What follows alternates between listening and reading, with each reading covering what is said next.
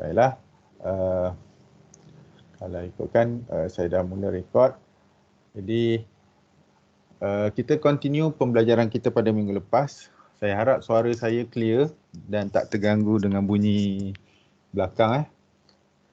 Okay. So pada minggu lepas kita berhenti di dua jenis block flow diagram. Okay. Satu block flow process diagram, satu lagi block flow plant diagram. Okay. Kita ada dua jenis kan. Ni block flow process diagram, dia simple sahaja macam ni. Block flow plant diagram dia menunjukkan beberapa unit dan juga plant yang terlibat dalam satu lukisan. Okay. So kita continue process flow diagram. Okay. Proses flow diagram ni adalah lukisan yang selalu diguna pakai. Okay. Bagi saya, kalau saya bila masuk kat dalam plant, saya tak cari PNID sangat. Saya akan cari PFD dulu sebabnya saya nak faham keseluruhan proses dalam plant. Keseluruhan proses dalam plant saya akan tengok pada PFD. Kalau saya nak in detail equipment by equipment, then baru saya akan cari PNID lah. Okay. So PFD ni proses flow diagram. Okay. Yang mana dia adalah perkembangan data daripada block flow diagram pada asasnya lah. Ada juga yang mulakan dengan lukisan PFD terus pun ada. Tak ada masalah berkenaan dengan tu, lebih bagus, tapi mungkin kita akan terlepas pandang beberapa info lah kalau buat begitu kan. Okay. PFD ni dia ada apa? Okay. PFD ni dia mostly ada bulk information of chemical engineering data. Dia ada chemical engineering data yang utama, okay, necessary untuk proses chemical, okay, yang terlibat dalam plant itulah. Okay. Dia merupakan satu gambaran kepada mass and energy balance. Apa maksud mass and energy balance ni? Mass adalah jisim kan. Energy adalah tenaga. Okay. Dalam kiraan penggunaan tenaga, penggunaan jisim, penggunaan berat, penggunaan untuk pengiraan tu semua, kita panggil mass and energy balance lah. Okay. Contoh saya guna air 500 ml dan serbuk Milo sebanyak 300 gram. Contoh ni contoh untuk hasilkan air. Dia jadi satu resepi di situ kan. Okay. So berapa gram-gram tu itu adalah mass balance lah.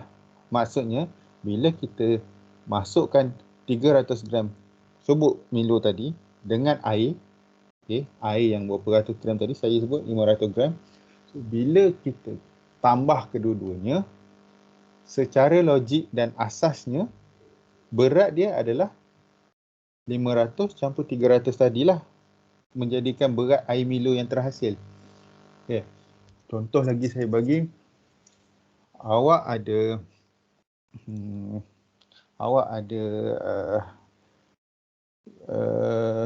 apa yang nak buat? Benda yang mudah untuk awak fikir. Tadi air Milo kan. Air Milo tu dia takkan lari berat dia. Tadi 500 gram campur 300 gram. Dia takkan lari berat dia jadi 800 gram. Sebab apa? Sebab kita masukkan kedua-dua bahan tu, berat yang tu, bila hasil dia mestilah berat tambah antara kedua tadi tu kan. Itu adalah tak silap saya conservation energy lah, law, thermodynamics law lah. Okay. Yang mana apa yang masuk itulah yang keluar secara asas teorinya tanpa ada loss lah. Ni kiraan dia tanpa loss. Maknanya dia tak ditukarkan menjadi wap air tadi, air Milo tadi tu, air itu sendiri 500 gram. Bila dah campur dengan Milo tadi, kemungkinan besar suhu dia tu mungkin naik ataupun turun. Dan kalau kata suhu dia naik, air tu mungkin tersejat. Tersejat tu berapa gram? Itu kita tak ambil kira lah dalam kes ni dulu untuk mass and energy balance. So kita tak kira. Tapi kalau nak buat betul-betul kiraan, itu akan diambil kira lah. Nak bagi tahu kat awak, ni adalah view PFD ni, view dia macam tu. Apa yang masuk, itulah yang keluar. Bahan A masuk 10, bahan B masuk 10, bahan C masuk 10, bahan D masuk 10. Ada 4 benda 10 kat situ kan. Maknanya 40. Total 40. Of course yang keluar dalam proses, contoh dia masuk dalam reactor, dia masuk dalam cooler, dia masuk dalam pump. Empat-empat tadi tu. Empat-empat tadi tu kalau dah dimasukkan, dicampurkan, okay, yang keluar mesti ke empat-empat tu juga. Dan berat dia wajiblah total empat-empat tadi itulah. Ni kes kita kira tak ada loss. So dalam proses flow diagram ni kita anggap dia tak ada loss lagi lah. Okay. Tapi bila nak buat kiraan mass and energy balance di dalam proses flow diagram punya view nanti, itu lain cerita lah. Cuma awak hanya perlu tahu berkenaan dengan dalam PFD kita ada lukisan, dalam PFD juga kita ada data. Data yang menunjukkan tenaga dan juga jisim tadi tu. Mass and energy balance. Okay. So, Cik Nas cerita tadi tu semua berat je kan? Mass. Mana energinya? Mana energinya kan? Energi pun dikira berkenaan juga dengan bahan yang macam tadi tu. Ada bahan, contoh kalau awak pernah tengok ataupun pernah terlibat dengan bahan kimia lah. Ada certain bahan A campur B, dia akan menyebabkan sesuatu tu jadi panas. Ataupun dia boleh menyebabkan sesuatu tu menjadi sejuk. Ada berlaku benda-benda macam tu. Okay. Kalau berlaku benda macam tu, maknanya ada reaction. Maknanya kalau panas, bermakna ada tenaga yang dilepaskan. Kalau sejuk, maknanya ada tenaga yang digunakan di situ. Maknanya sekeliling punya suhu disedut. Disedut tu diguna pakai oleh reaction tu lah, menyebabkan sekeliling tu sejuk. Kalau tak percaya, awak kena involve dengan beberapa bahan kimia lah. Okay. Contoh mudah untuk bahan yang kita boleh tengok adalah, kalau kat Malaysia ni jarang kot, saya pun tak pastilah.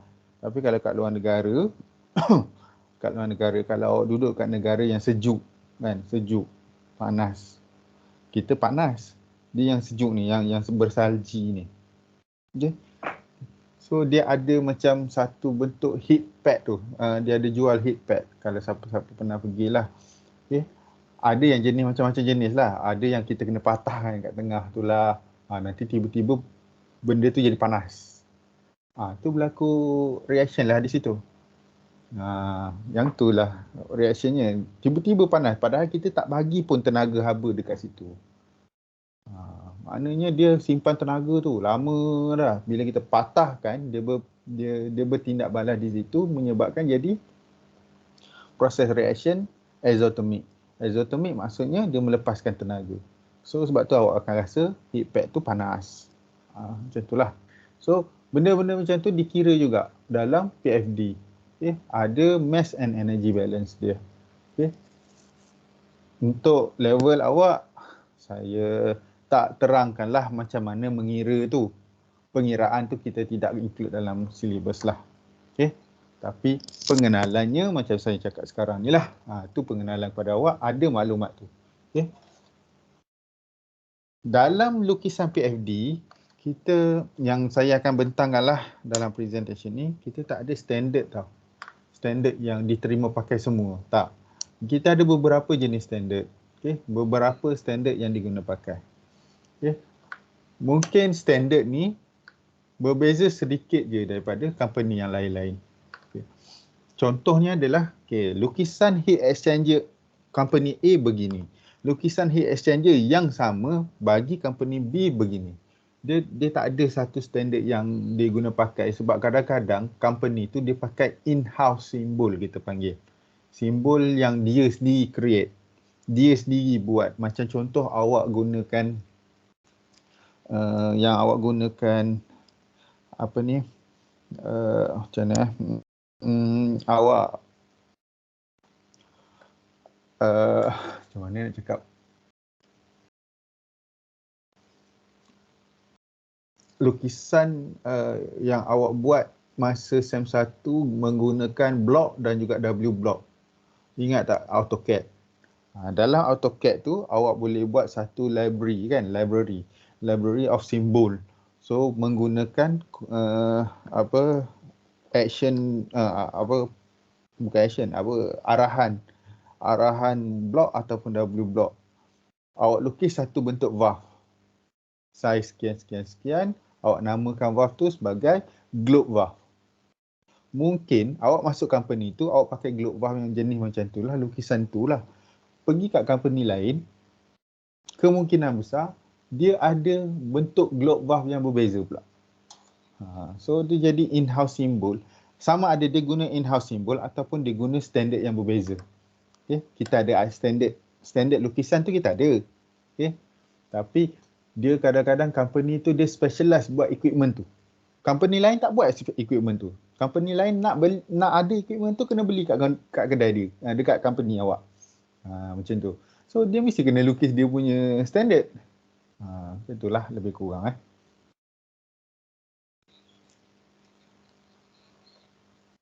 Lepas tu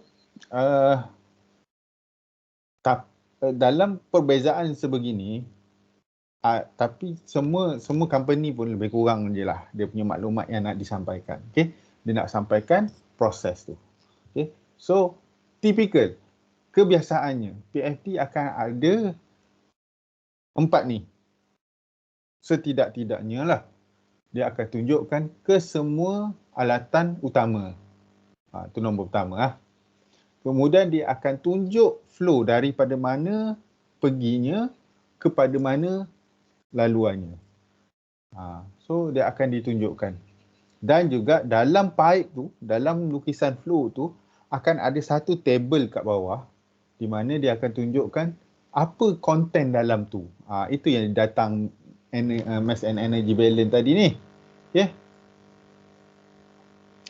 Lepas tu all utility stream perlu ditunjukkan lah. Utility stream ni ada yang tunjuk, ada yang tak tunjuk, tapi sebolehnya ditunjukkan. Basic control loops pun ditunjukkan, yang mana untuk asas ataupun equipment yang tertentu. Okay.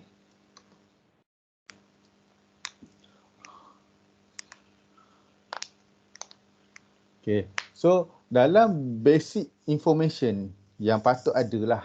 Tadi ni typical ni secara general lah. Apa yang kena ada 4 benda. Equipment, major equipment. Okay. Maknanya equipment yang penting. Dia punya flow daripada mana kepada mana. Utility stream. Okay. Utility stream ni macam elektrik, air, steam, fuel kan. Bahan-bahan bakar lain. Dan juga basic control loop yang mana untuk alatan yang tertentu, untuk instrumen lah. Okay. Fokusnya lah pada instrumen.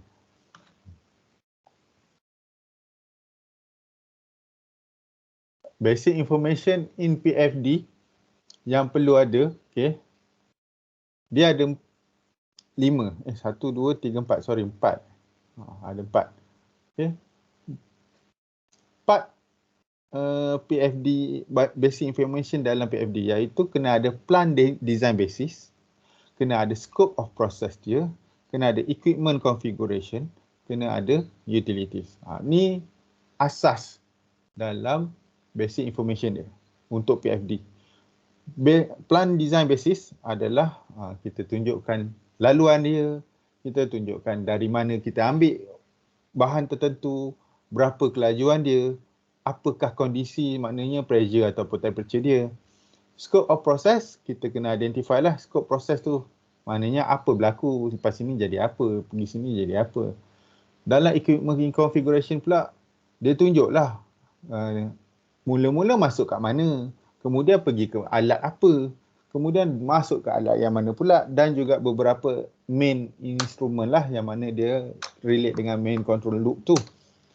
Yang last adalah utilities. Utilities ni dia satu mungkin lukisan dia tak detail tapi ditunjukkan juga. Okay. Nanti kita tengok contoh lah. Okay. Dalam PFD secara kasarnya kita boleh kategorikan dia kepada 3. Proses topologi yang mana dia ada plan design basis, scope dia, equipment ni dan juga requirement ni, required utilities ni. Okay, sorry. Tapi dia tak ada maklumat berkenaan dengan flow rate, operation condition. Tu dia tak ada maklumat tu sangat.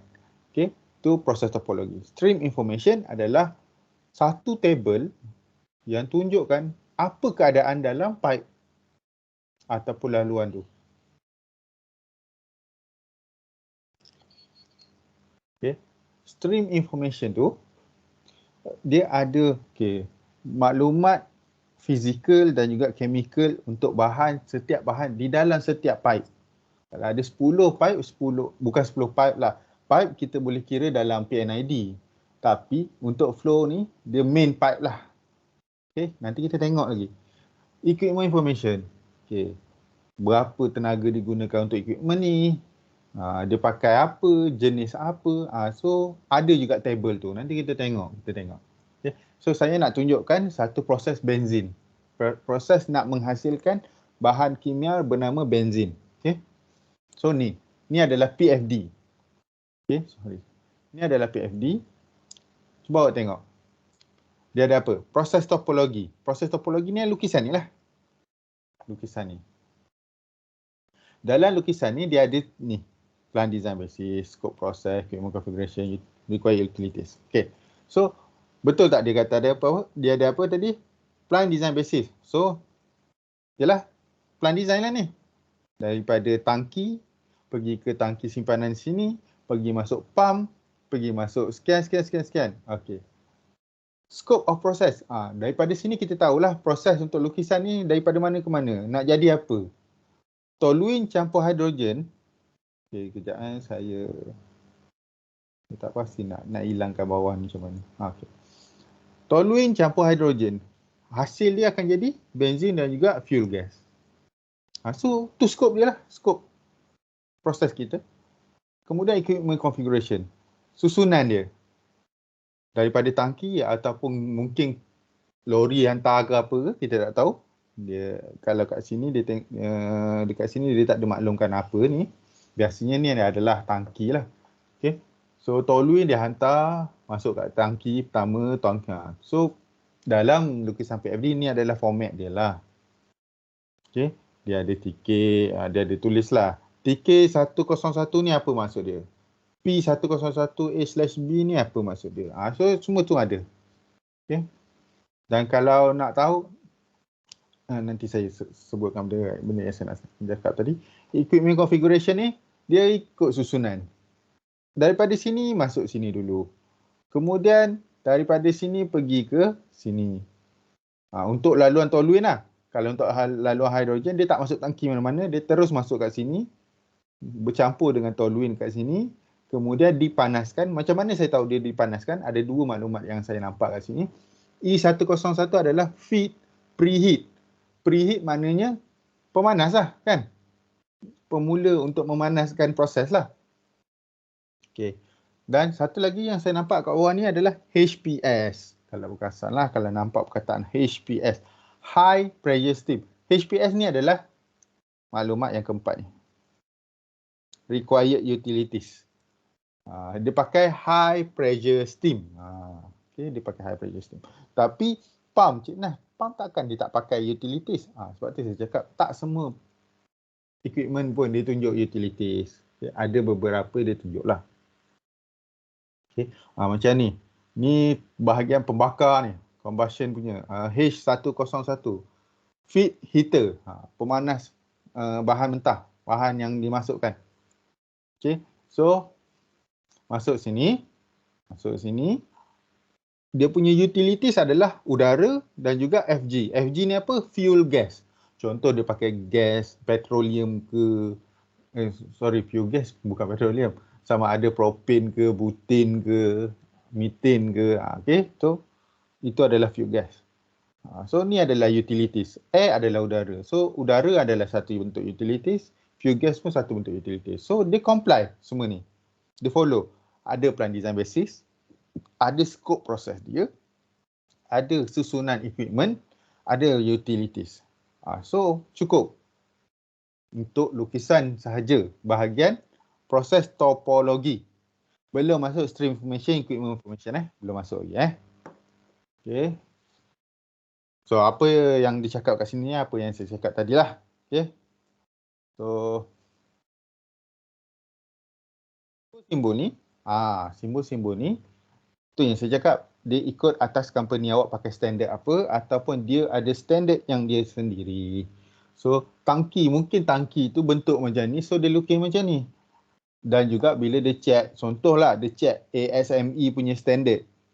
Adalah ASME ada standard dia untuk lukisan skematik. So dia lukis tangki macam ni. Mungkin dia follow. Ataupun sebab PFD ni dia tak ada satu standard yang semua orang kena follow. Tak. Dia ada beberapa standard dan dia dimudahkan dengan legend process. So awak belajar dalam chapter 2 tu ada legend kan. So awak boleh tahu lukisan ni kalau tak tunjuk pun TK101 ni awak dah tahu lukisan ni adalah untuk tangki. Untuk P101 ni kita tahu dia pump, tapi pump jenis apa? Dalam proses legend dia akan maklumkan pump reciprocal contoh. Itulah. So ni contoh V103 LP phase separator. So LP phase separator, low pressure phase separator. Okay. So mungkin dia pakai flash vessel. So tengoklah kat dalam lukisan proses legend tadi tu yang awak dah belajar dalam chapter 2. Proses legend, tengok kali. Kalau siapa lupa lah. So dan seterusnya sebegitulah dia punya proses gambar. Untuk proses lain pula, tapi sebelum saya pergi ke stream information dengan equipment tu, dia ada beberapa peraturan untuk lukis ni. Satu, untuk lukisan vessel macam ni, wajib lukisan dia tu sama bentuk lah. Jangan ni besar, ni kecil. Tapi skala dia tak kisah. Kalau kata awak pakai saiz ni, kalau kata equipment yang sama, pakai saiz ni. Copy, paste. Dah, kalau dalam lukisan lah. Kena saiz yang sama. Tak boleh saiz berbeza. Tulisan pun sama. Kebiasaan tulisan E103 ni, dia duduk di bawah ataupun di dalam equipment. Kalau kata tak muat macam ni kan.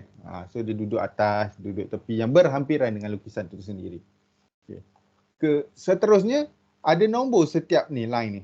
Line ni tidak menunjukkan line pipe sebenar. Tak silap saya ada 16 kat sini. 16. Ini 15. Dia ada 19. 19 pipe. Main pipe lah kita panggil main pipe. Main flow. Bukan pipe. Main flow. Laluan utama. Proses. Okay. So dia bukannya proses yang biasa lah. Dia bukan merujuk pada pipe lah. Dia main. Dia utama. Dalam ni, contoh yang halus ni. Ni high pressure steam. So ini utility punya line. Lain lah. Okay. Seterusnya, kalau lukisan tu, flow tu bertindan. So tengok macam ni. Ni dengan ni. Dia akan putuskan yang menegak. So tu peraturan dia. Seterusnya ada arrow. Ada arrow. Menunjukkan ke mana arah perginya flow tersebut. Supaya orang tak keliru.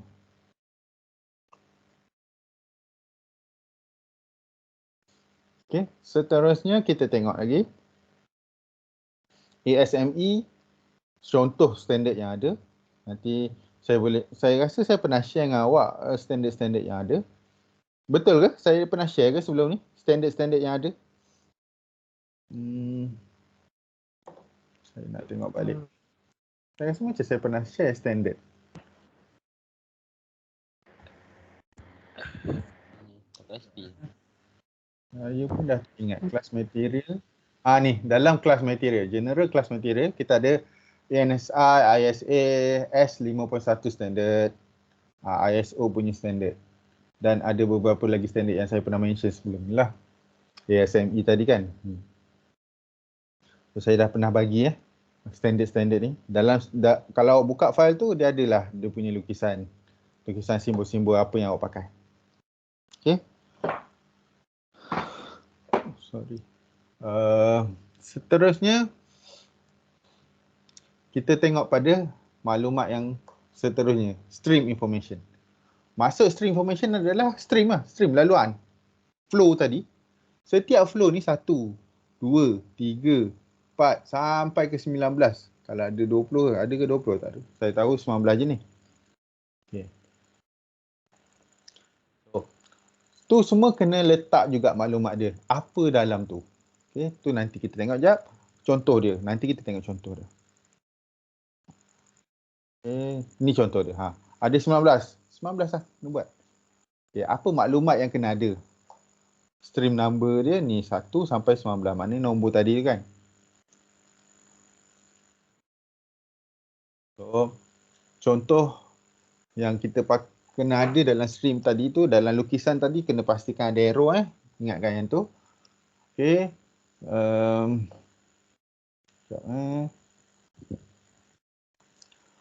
Dan proses tu kita kena rujuk pada nombor dalam bentuk diamond ni. Ada format pakai diamond, ada format pakai bulat, ada format tulis nombor je. Ada jugalah, tengoklah pada mana yang awak guna, format apa yang awak guna ataupun standard mana yang awak guna. Okay. So tadi ingat saya sebut utilities tu kan.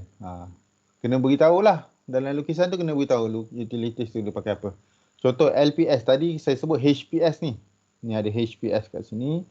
Air, FG, CW, LPS, MPS, CW. Apa maksud tu? Ni kat sini. LPS, low pressure steam. So, 3 hingga 5 bar punya steam. Steam dalam bentuk pressure yang rendah. MPS, medium pressure steam, 10 hingga 15 bar. High pressure steam, 40 hingga 50 bar. HTM, ada CW, cooling water. Apa tadi? FG, fuel gas. Air ada kat sini. AIR. Air dia tak tunjuk. Tapi kita boleh faham lah AIR tu apa. Udara kan. Okay. Contoh ni nampak macam kat sini ada CW kat situ. So tu adalah cooling water. Ni cooling water So benda-benda macam tu kena ada dalam lukisan. Tu untuk stream information. Dan okay. So tadi dalam table yang saya sebut tadi tu, okay, maklumat paling utama kena ada adalah dekat atas ni. Stream number maknanya 1 sampai 19 tadi. Temperature, pressure awak faham dah. Suhu dengan pressure setiap laluan tadi. Vapor fraction. Okay. Vapor fraction maknanya dalam tu 100% dia tu dalam vapor ke ataupun 100% dia dalam liquid ke, kena beritahu. Berapa laluan dalam tu, kilogram per hour, berapa banyak yang lalu dalam tu, flow rate dia dan juga individu komponen flow rate. Okay. So contoh dia di sini. Temperature, pressure, vapor fraction, nombor semua ni lah. So nanti saya nak tahu dalam pipe nombor 8. Nombor 8. Kita tengok nombor 8 kat atas ni. Okay, nombor 8 kat situ. Okay. So apa ada dalam nombor 8? Suhu dia 38. Pressure dia 23.9.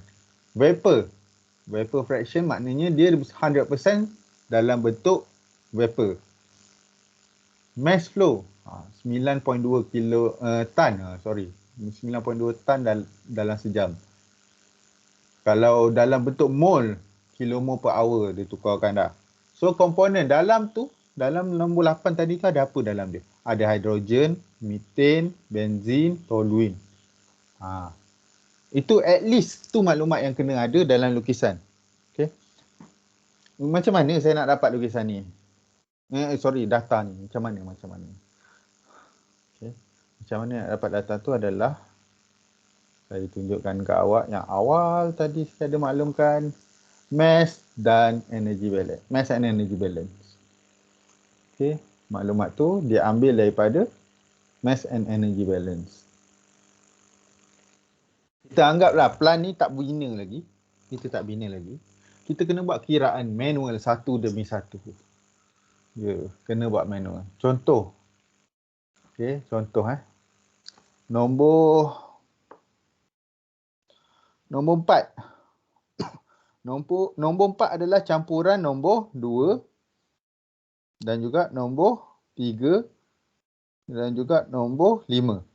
Nombor 4 tu, nombor 4 ni campuran 3, 2 dan 5. Nombor 4 ni tengok nombor 4. Okey. Suhu okeylah, tak ada masalah. Pressure nombor 4, nombor 5. Kita nak tengok nombor berapa tadi? Aku dah pening dah. Kita nak tengok nombor 4. Okey, kita nak tengok nombor 4. So nombor yang kita kena tengok adalah 3, 5 tadi kan. So pastikan dia tak lari. Total dia bila kita tambah. Okey, contoh kita tengok laluan dia adalah nombor 3 campur nombor 5 dan juga nombor 2. Okey. 2, 3 dan 5. 2, 13.3 campur 0.82 campur 6.41. Cuba kira kalau boleh lah. Betul tak dapat 20.5. So itu adalah mass balance. So kena check tau benda-benda macam ni. Macam mana kita nak tahu Cik Nas dia masuk berapa, keluar berapa? Itu adalah awak punya kajian dah lama dah sebelum buat plan tu dah ada. Okay. Cara kedua untuk dapat benda ni adalah kita buat pakai software. Software yang mana dia ada simulasi dah. Dia dah buat simulasi dah. Dia dah buat simulation. Kita masukkan data-data yang diperlukan. Nanti dia akan keluar satu-satu data ni. Kita just pakai. Dan kalau boleh bandingkan dengan kiraan manual awak. Manual pun kena buat, simulasi pun kena buat. Tu biasalah proses dia kalau jadi project leader ke kan untuk satu-satu plan. Tu biasalah. Okay. Okay, seterusnya kita pergi kepada equipment. Kan tadi kita dah tengok proses topologi. Kemudian kita pergi kepada stream information. Kemudian kita tengok pada equipment information pula. Tadi stream information dia table juga. Okey, kena ingat stream information yang ni yang wajib lah. Ni atas ni required information. Kalau bawah ni ada lagi bagus lah. Component mole fraction lah, komponen ni optional. Okay. Yang penting yang atas tadi tu. Okey, untuk equipment. Ni saya tunjuk contoh tu. Contoh heat exchanger yang ada. E101. E101 ni. Ada berapa heat exchanger? 1, 2, 3, 4, 5. Ada 5 heat exchanger. Okey. Ada 5. So, kita tengok heat exchanger apa. Apa maklumat heat exchanger yang kena ada? Ni. 1, 2, 3, 4. So, dalam heat exchanger ni kena ada benda 5 betul lah. Maklumat tu. Okey. So, sebenarnya ni lah heat exchanger saja ni sampai ke tube ni. Heat exchanger saja. Okey. Type, jenis. Area yang dia cover. Dia punya beban, maknanya duty. Tenaga yang digunakan. Pakai elektrik tu berapa ke apa ke. Berapa joule per hour ke. Ataupun kilowatt ke. Atau pulang lah awak pakai apa kan. Shell and tube ni maknanya dalam jenis heat exchanger awak pakai shell and tube. So, dia kena ada maklumat shell and tube dia. So, tu semua ni lah.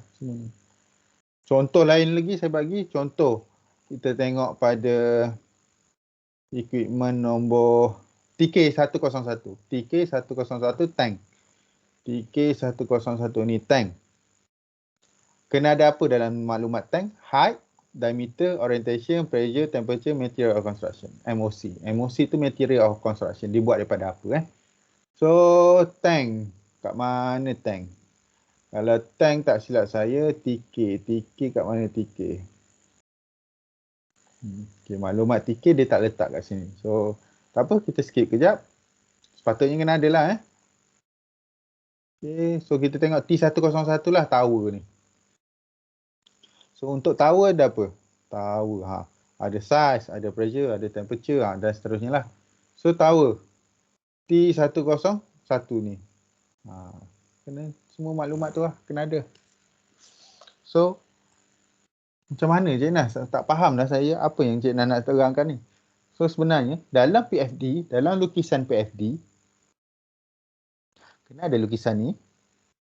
Lukisan ni. Mungkin dalam lukisan yang sama, contoh yang macam ni kan, tak besar.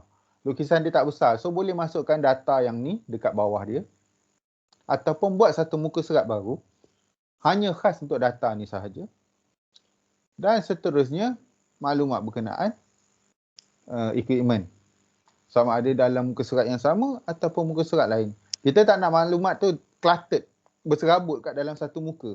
So, boleh je buat 2-3 muka pun tak ada masalah. Itu adalah contoh-contoh dia lah. Yang ni dia punya detail lah. Ada yang pakai format macam ni. Tadi dia macam ni je. Simple lah. Okay. Ni simple. Simple. Tapi ni lebih sikit.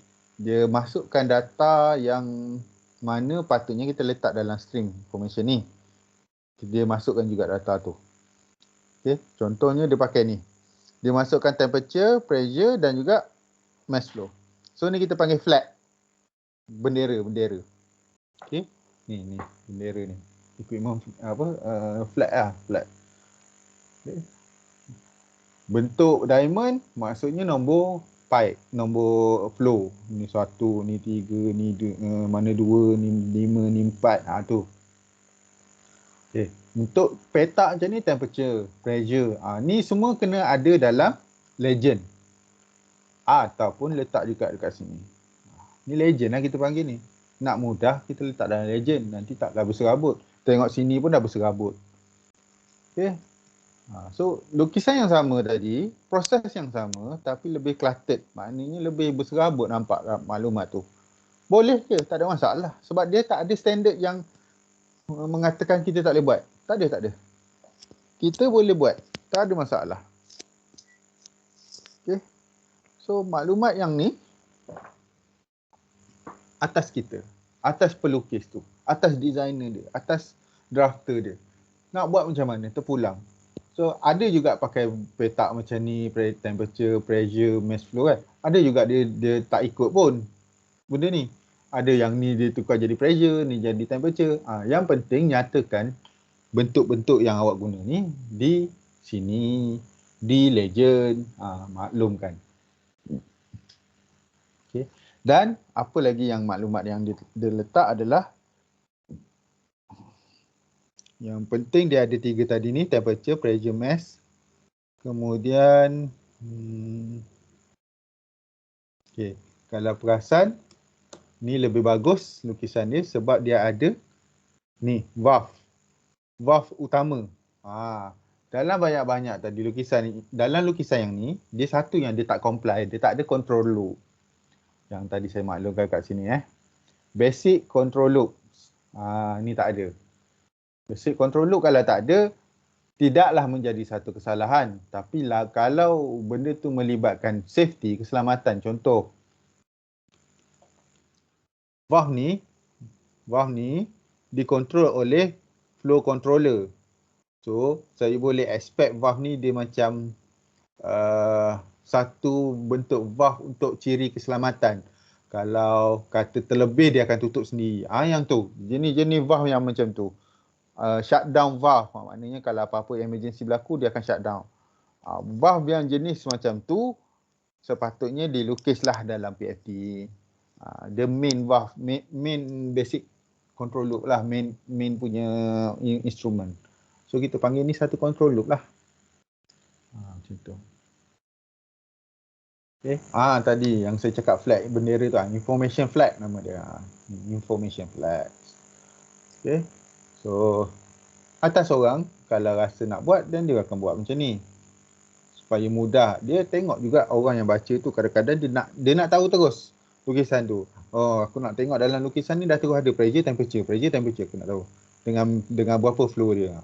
So, contoh. Okay.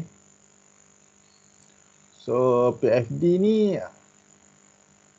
kalau ikutkan kita dah cover most of maklumat berkenaan dengan PFD. Okay. So, penggunaan dia awak sendiri dah faham. Untuk nak tahu informasi berkenaan dengan flow secara asas untuk satu plant, nak tahu equipment apa kita pakai, nak tahu tenaga dan juga bahan apa yang terlibat, nak tahu kat mana proses kontrol dia, okay? Nak tahu benda-benda tadi tu yang saya sebut tadi tu boleh membawa kepada estimation of cost. Estimate saja. Kita boleh estimate, kita tak boleh nak tahu cost sebenar.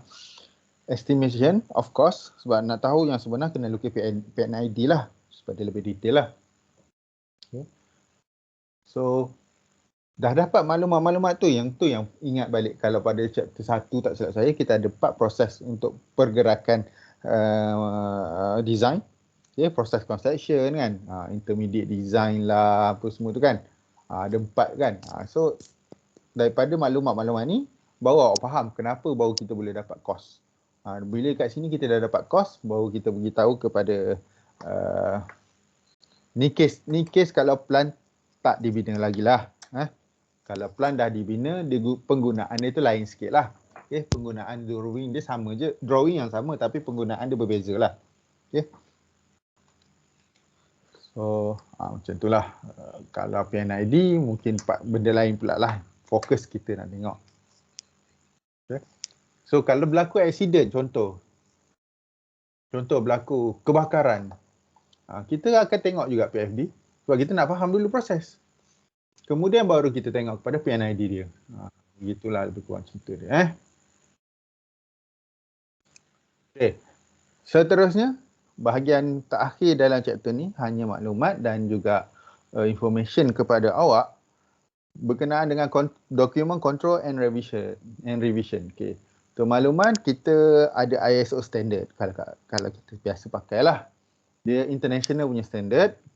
Contoh untuk dokumentasi, kita ada ISO 9001 contohnya. Okay. So, tak semestinya kita tertakluk pada ISO 9001, kita tengok pada company awak. Company awak pakai apa? Itu yang penting. Company awak follow standard mana? Mungkin dekat, kalau kata awak bekerja bukan di Malaysia lah contoh. Mungkin dia akan pakai company punya standard sendiri. Boleh, tak ada masalah. Tapi kebiasaannya kita akan pakai standard yang recognized by other countries lah. Contoh dia contoh negara-negara lain pun mengiktiraf standard tu. Contoh ISO lah. ISO ni semua negara boleh iktiraf dia. Maknanya kalau siapa-siapa company follow ISO, maknanya dia ada good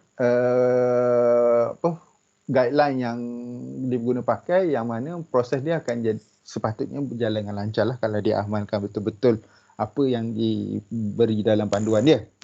Okay. So, kenapa perlu ada document control? Supaya, kita fokus dalam kita punya syllabus saja berkenaan dengan proses kinetik, iaitu drawing lah. Okay. Untuk pastikan dokumen kita senang dicari, senang di-identify, revision mana yang kita tengok. Itu salah satu contoh. Dia punya purpose lah, tujuan dia. Okay. Untuk ada benda-benda ni, kita kena ada 4 prinsipal lah. Di mana dia melibatkan management punya kawalan lah. Okay. Untuk buat satu projek, contoh awak ketua projek, awak yang kena decide kan, nak pakai nombor yang macam mana. Lukisan ni nombor dia macam mana, lukisan tu nombor dia macam mana. Untuk PFD, lukisan dia nombor dia macam mana. Tak boleh lah lukisan tu nombor dia sama je. Nanti kan kita cari-cari, payah. Contoh lah, kereta ada nombor plate. Sebab nak membezakan siapa owner dia, siapa ni kan, pembeli dia kan. Okay. nak registerkan dekat dalam sistem lagi apa semua kan. Samalah, sama. Okay.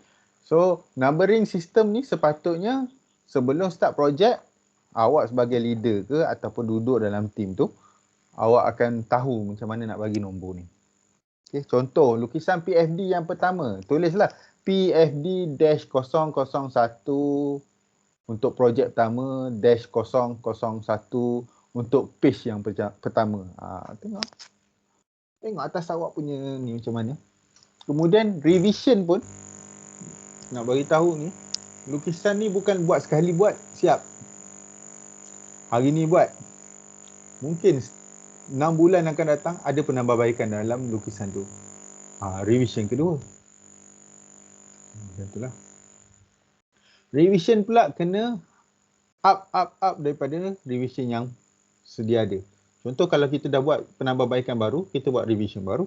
Contoh tadi revision dia kita pakai A. Sekarang bila kita dah buat yang kedua, dia akan jadi revision B. Kemudian yang buat yang ketiga, dia akan jadi revision C. Contohnya begitu. Dan revision wajib kena ada tunjuk dalam lukisan tu. Okay. Nanti kita tengoklah contoh. Okay. So, siapa yang patut orang yang patut simpan dokumen ni, okay, yang bertanggungjawab terhadap dokumen-dokumen ni, dia bukan seorang lah kan, dia mungkin management ni adalah dia punya sistem dia. Dia kena tahu master dokumen. Apa tu master dokumen? Saya harap awak boleh tahulah master dokumen ni. Satu dokumen yang ada cop master, dia akan beritahu cop tu master copy ataupun master dokumen. Semua dokumen yang asal dia ada dekat dalam tu. Okay. Kita tahu kat mana lokasi dia, nak buat master document tu pun. Track the location of control document. Apa-apa yang kita copy daripada master document, dia menjadi control document lah. Kalau kata maklumat tu tak boleh disampai ke luar. Contohnya, maklumat tu maklumat secret bagi company awak. So, control document. Maknanya, kalau kata nak print, dia kena chop control document. Maknanya tak boleh lepas daripada luar daripada company awak. Distribute the document. Orang yang bertanggungjawab jaga dokumen ni, dia patut letak kat mana dokumen-dokumen tu. Okay.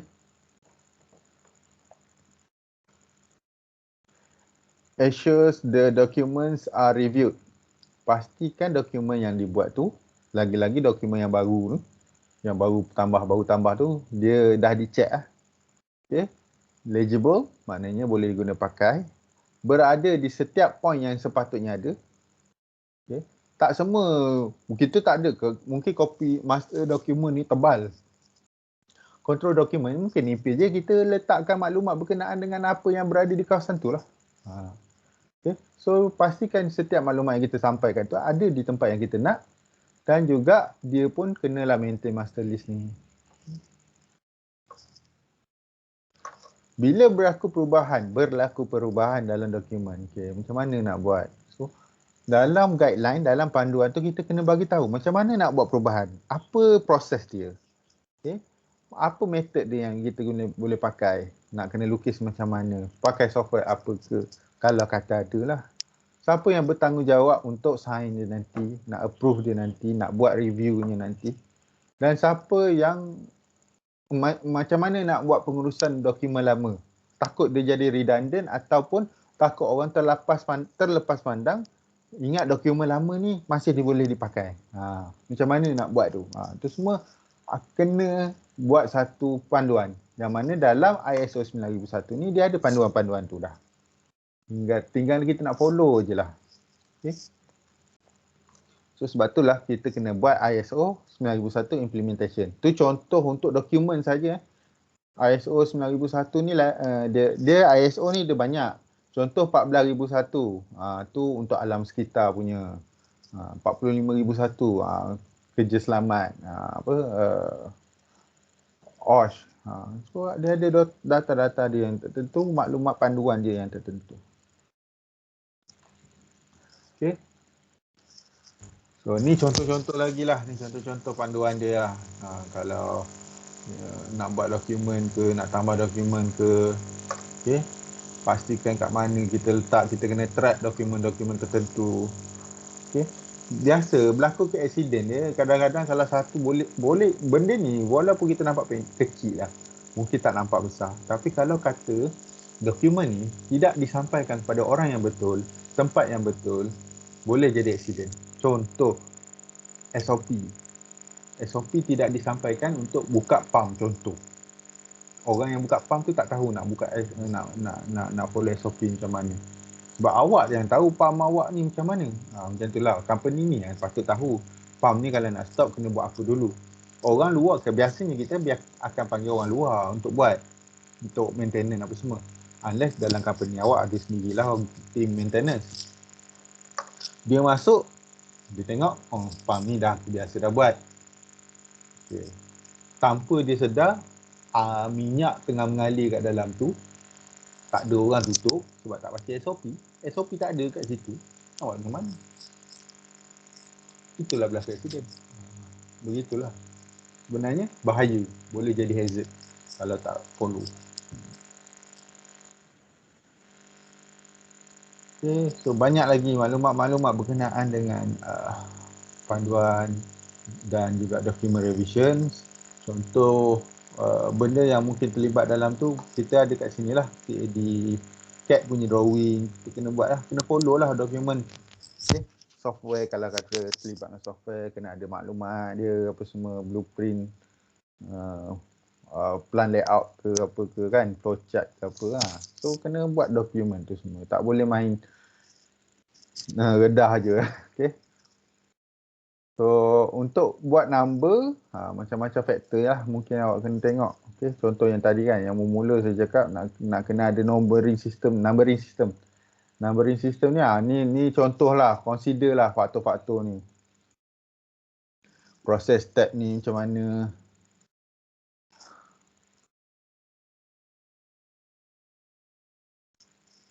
Apa ni, department number dia kena ada, contoh lah. Contoh saya buat satu projek di KKTM Kemaman. Contoh, saya buat satu plan dekat KKTM Kemaman. So, saya punya kemungkinan besar, saya punya projek tu akan nombor dia macam ni. KKTM, KMN, KKTM Kemaman lah, mana merujuk pada KKTM Kemaman, dash. Okay. Projek saya dekat KKTM Kemaman tu dah ada berapa? Contoh saya dah ada 10 projek. So, saya tulis KKTM KMN dash 010 dash lukisan apa? Lukisan PFD dash PFD dash lukisan PFD yang ke berapa? Page yang ketiga, 003. Contoh, tu contoh. Okay. Begitulah dia punya apa. Lepas tu master and control document saya dah terangkan tadi. Master document tak semua orang boleh akses. Hanya orang tertentu yang boleh akses. Hanya ada satu kopi yang mana dia ada chop master kat situ. Dan siapa-siapa yang nak buat perubahan kepada master copy, dia kena ada proses yang tertentu. Dan kalau kata perlu di copy, diletakkan di tempat yang tertentu, kena ada kebenaran daripada pihak yang menjaga master copy inilah. Cakap kat dia, saya nak copy sekian-sekian. Sebab tu nanti bila awak dapat, dia tak akan tulis chop master copy lah, dia akan tulis control copy. Contohnya ni contoh ni contoh sistem numbering dia pakai KKTM 02. Ni yang plan kita kat belakang tu. Ni production plan for education training system, ni plan tu. Okay, revision dia ada dua, A dan juga B. Revision A dia buat waktu bila. Tujuan dokumen tu dibuat adalah untuk apa? Disediakan oleh, ni nama orang lah, dia lah yang tahu. Lead engineer siapa? Siapa engineer manager dia? Siapa project director dia? Dia orang lah tahu nama, shortcut nama ni kan, apa? Akronim ke apa ke kan, pakai nama tu kan. So biasanya orang letak sign lah. So ni komen-komen dalam lukisan lah. So ni dia punya, kalau awak nampak lah, kita ada drawing punya tajuk. Okay. kita ada drawing punya number. Inilah dokumen number tu. Dia buat projek ni pada tahun 2015. Projek dia yang ke-110. PR ni saya tak tahu, company tu je yang tahu apa projek ni. PFD saya tahulah ni lukisan PFD. S001 bermaksud muka surat pertama, yang mana dalam muka surat pertama ada 4 muka pula. Itulah dia punya format, kita tak tahu. Jangan compare dengan kita. So kalau PNID pula dia buat macam ni. Projek 2015, projek yang ke-110 contohnya lah. PR, saya tak tahu PR atau apa. PID, mana PNID lah. S001. 001 maknanya nanti bila awak nak tengok, bila awak nak tengok dia punya lukisan, awak nak fokus pada apa? Oh, water tank. Water tank. Maknanya kita buka je lah S001. Nombor ni. Dah di-review kan macam ni. Macam tu lah lebih kurang. Okay. So dalam lukisan, setiap lukisan ni contoh tadilah. Okay. Kat sini drawing list ni. 2015 apa semua ni. Pun ada di sini. Kena tulis juga drawing number dia. Okay. Kena ada. Siapa sign. Untuk review siapa nama siap-siap orang ni. Bila tarikhnya. Ni review untuk revision yang keberapa. Diikut skill ke tak, macam saya cakap.